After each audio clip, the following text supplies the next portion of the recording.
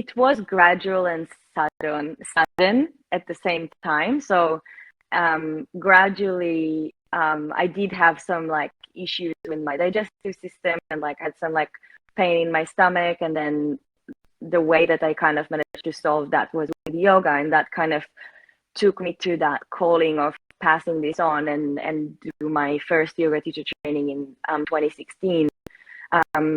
But then it wasn't until I actually participated in this first Vipassana that I like that was sudden. That was like a life-changing experience, because I did have a PTSD from a surf accident.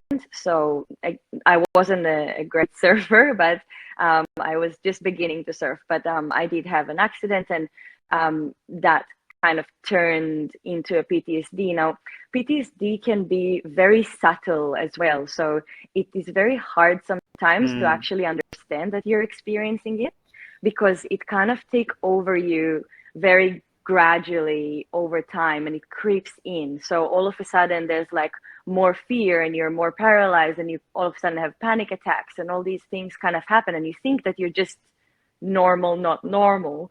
So I didn't really understand what is going on with me, but in retrospective I could understand that, because it also then go into your kind of daily life, and kind of it can manifest in weird ways, like feeling lost, or confused, or not knowing exactly what you want, even into little details of like what you want to wear, what you want to eat, or where you want to go. So it kind of creeped into these kind of layers that I didn't put together as like a part of a bigger puzzle. Yeah, I was kind of just thinking that I'm just confused and afraid, and all these things just happened to me. And then when I went to the first Vipassana, it was quite mind-blowing to understand how my system works. Like I just became like a scientist of my own body and mind, and understand how they connect, and understand that I have full responsibility, and I could gain ownership on my life rather than be just like tossed around, in the stream of life. So for me, it was a mind-blowing experience. It was literally, like you said, it was literally life-changing, because I understood better how my system, like system as for body, mind, soul, whatever you want to call it, we have lots of layers, but I could understand how it works, and I could understand how to work with it. And that brought into, way more self-love, way more self-acceptance, way more self-kindness. Like I'm touch wood, yeah, like there's obviously you always find yourself like beating yourself up here and there, but I'm in a I'm in a place with myself that I've never thought in my entire life that I would love myself as much, you know what I mean? So, and it's like, again, we have to always understand this difference of, if I love myself, it's just self-love.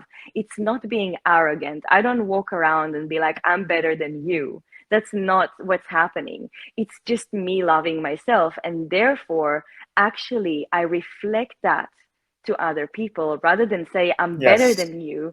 I'm just helping them to see how beautiful they are, So the society taught us that self-love is being arrogant, which is, I keep saying it in every time that I talk with people or when I teach, like, it is so misunderstood. It's so wrong, because the more we love ourselves, if everyone in the world loved themselves, everything would be utopic.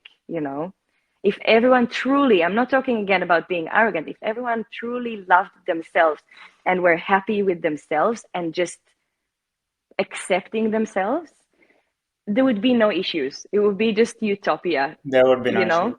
So, and again, it's not like, okay, so the world is, in a way, this is how the world is. So we're not trying to make it something that it's not.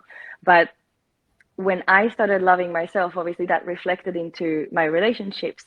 For me now, being alone in the water or surfing, for me that's the most healing thing. Yesterday I surfed on my own, and I literally sat in the water and I looked at like everything around me, you know, birds and rainbows and beautiful views and trees, and like the ocean was crystal clear and the sun was shining, and I was like, this is what I live for, you know, which before all the fear and all the PTSD symptoms would, you know, make me scared or, you know, have panic attacks, etc. So yeah, so it freed me. And even if I am in the water and all of a sudden, you know, we are in Australia, and in Australia, you know, we have some animals in the water. So I do catch myself sometimes being like, you know, seeing a little stingray or like a manta ray, and you're like, oh, that's so cute. But then like something in your brain is like, sharks. Yeah, And then yeah. just sitting with myself and then understanding what is happening in my mind, yeah, and becoming mindful of the fact that right now I'm safe. There's nothing around me. It's just my thoughts, it's just my patterns that are coming and like trying to, you know, get me involved, which before would, you know, snowball into a full panic attack. While now it's just I have control over it rather than it have controlling over me. So I think that, yeah, my mindfulness just came so beautifully into my life. And after practicing it for a thorough amount of time, I felt confident enough to share it with others. And again, I'm not saying that I'm enlightened or anything like that. I just feel confident to share these teachings, and share my experience, and share, you know, all the other tools that I've gathered that helped me to find calmness, or you know, it doesn't mean that I don't feel emotions anymore. Like, of course I do. I feel all the emotions. And again, it's a dance. Like I said before, it's either I, you know, have the moment, feel the emotions. Like sometimes I just need a hug, you know, sometimes I just need support, and also asking for it.